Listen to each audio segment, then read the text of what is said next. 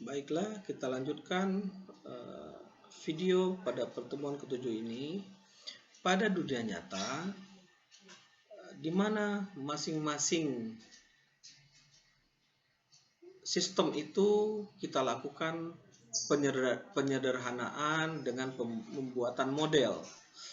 Di dalam dunia model ini, di dalamnya terdiri dari input, proses, output, dan feedback. Dunia model ini atau hasil dari model ini kemudian kita gunakan untuk melakukan sebagai alat untuk pemecahan permasalahan yang ada atau solusi. Dari solusi yang kita usulkan itu ditujukan untuk strategi, menghasilkan strategi bagi organisasi atau perusahaan, dan juga untuk menghasilkan kebijakan, dan juga untuk menjadi panduan di dalam melakukan tindakan-tindakan yang akan dilakukan dalam proses penyelesaian permasalahan tersebut. Kalau kita lihat dari contoh sistem non-fisik, di sini bagaimana perusahaan yang atau organisasi yang awalnya kecil berproses dengan melakukan strategi serta kebijakan-kebijakan serta tindakan-tindakan yang ada, di mana kegiatan tersebut dilakukan secara berkelanjutan dan akan berproses menjadi perusahaan yang besar. Sehingga di sini sistem itu sendiri akan dipengaruhi oleh faktor lingkungan yang mungkin terjadi serta perubahan-perubahan eksternal yang dianggap sebagai variabel eksogen. Untuk memudahkan pekerjaan berpikir secara sistematis, struktur sistem dinamis disederhanakan ke dalam diagram simpel kausal atau causal loop diagram.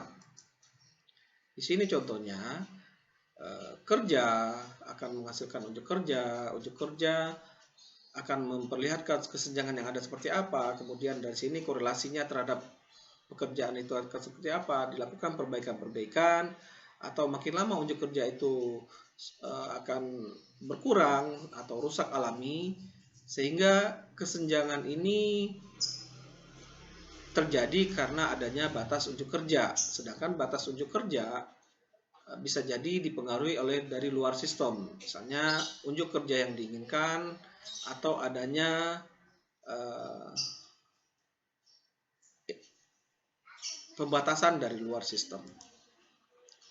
Diagram simpel kausal merupakan pengungkapan tentang kejadian hubungan sebab akibat atau causal relationship ke dalam bahasa gambar, di mana keduanya baik unsur sebab maupun akibat atau salah satu diantaranya, baik itu sebab saja atau akibat saja, harus merujuk keadaan yang terukur, baik secara kualitatif maupun secara kuantitatif untuk kondisi nyata. Harus diingat logikanya adalah proses sebagai sebab yang menghasilkan keadaan sebagai akibat ataupun sebaliknya. Di sini ada beberapa proses yang logis dan tidak logis. Misalnya makan akan menghasilkan menjadi giat. Ini karena di sini ini adalah tidak logis.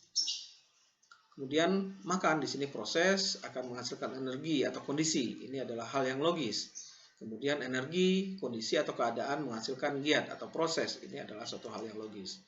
Kemudian lahir, proses akan meningkatkan jumlah penduduk. Ini adalah kondisi. Jumlah penduduk akan berpengaruh terhadap proses kelahiran. Kemudian kematian, proses akan mengurangi jumlah penduduk. Jumlah penduduk berkurang yang disebabkan bertambah, makin lama makin ini adanya mempengaruhi proses kematian. Untuk hubungan yang searah, tanda panah adalah positif, sedangkan hubungan yang berlawanan tanda panah adalah negatif. Kalau kita lihat di sini, proses penstrukturan selanjutnya merangkai hubungan sebab akibat menjadi sifat sistem tertutup sehingga menghasilkan simple loops. Simple bersifat positif, perilaku percepatan atau perlambatan, simpel bersifat negatif, perilaku sasaran atas limit, menuju eksplisit atau menuju implisit.